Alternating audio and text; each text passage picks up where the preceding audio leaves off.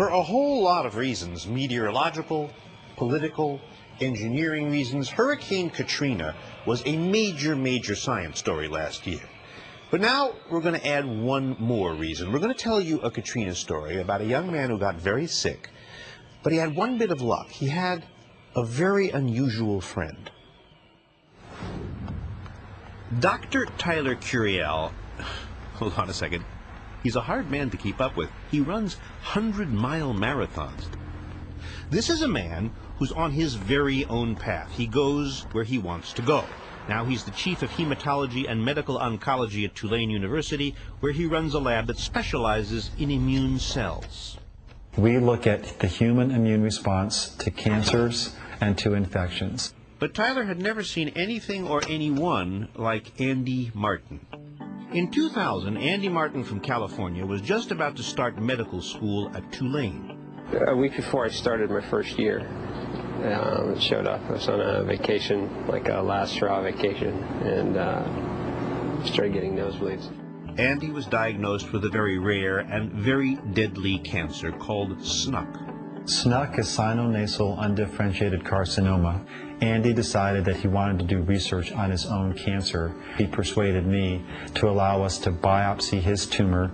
Andy said, "If this cancer is going to get me, damn it, I'm going to go down fighting, and make a difference, so that future people who are diagnosed with this don't have the same outcome that I had." The student and his mentor worked side by side to try to find a treatment, even though both of them knew that Andy didn't have much time. Tyler and him had a really good friendship, as well as, this amazing medical experience together. Andy came over to our house for dinner many times. He enjoys wine tasting, particularly he was fond of ports. When Andy was about to undergo chemotherapy and lose his taste, Tyler, a bit of a connoisseur, threw a wine tasting party. And Andy's classmates shaved their heads in solidarity. Andy is the bald guy in the middle. The Balance for Life Marathon fundraiser will be December. And the doctor raised money for his students' research by breaking a world's record. He dribbled a basketball for 24 hours while running a total of 108 miles. He's crazy. They generated a living cell line from Andy's tumor, the only known cell line of SNUC in the world. And those cells outlived Andy. Already very sick, Andy Martin left home to visit friends at Tulane when he was overcome by cancer in November 2004. When it came to that week, Tyler kind of took over as his personal physician, and he was there every day, at least one time, sometimes more. He passed away on a Friday night in New Orleans.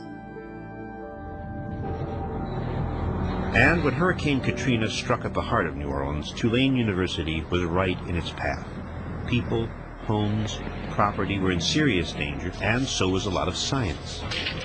Tyler decided to stay in his lab through the storm. He was joined by his colleague and his neighbor at the lab, Mike Brumlick.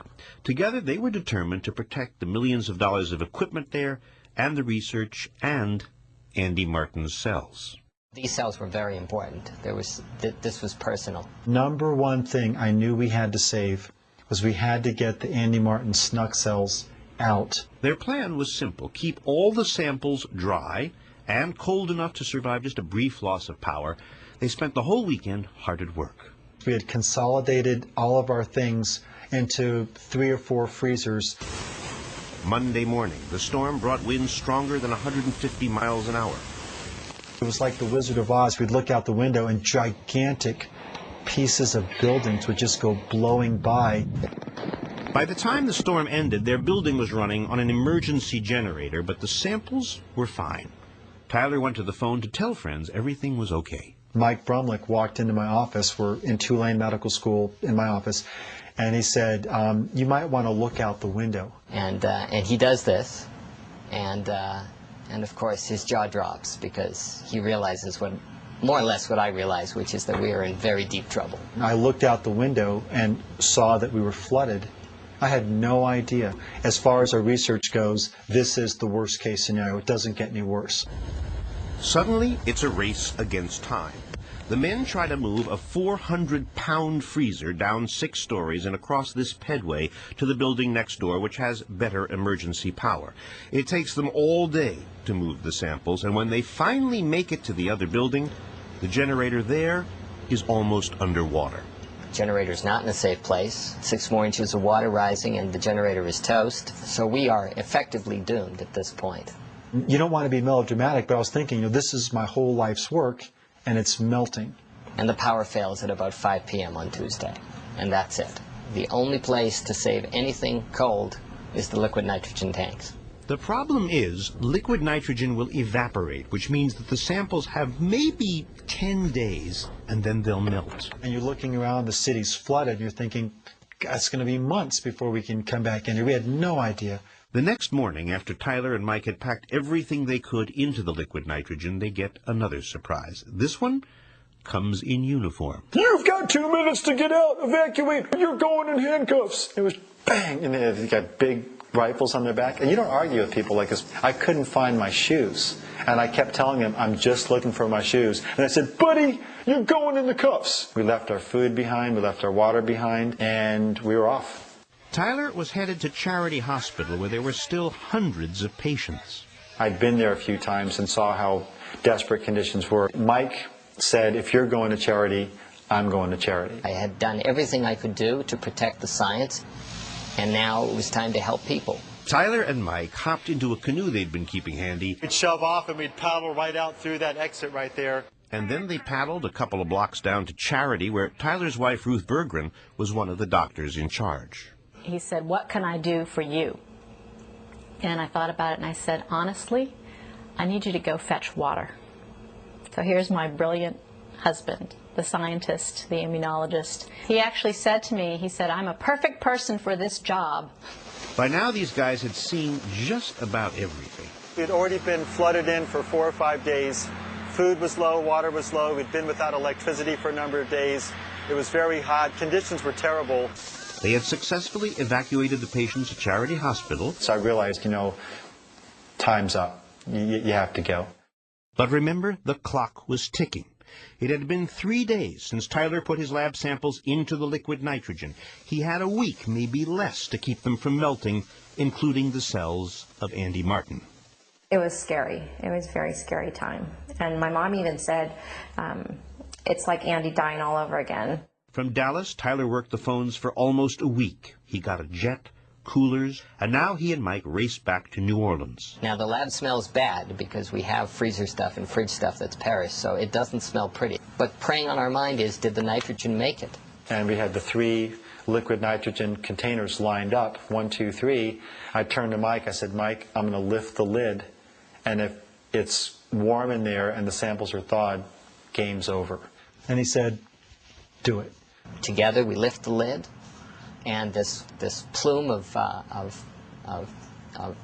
vapor hits us in the face. It was really cold. It was really white. That's what it's supposed to look like. By chance, out of all the samples inside all 3 freezers, the first box that Tyler pulled out contained Andy Martin cells, frozen, safe, and sound.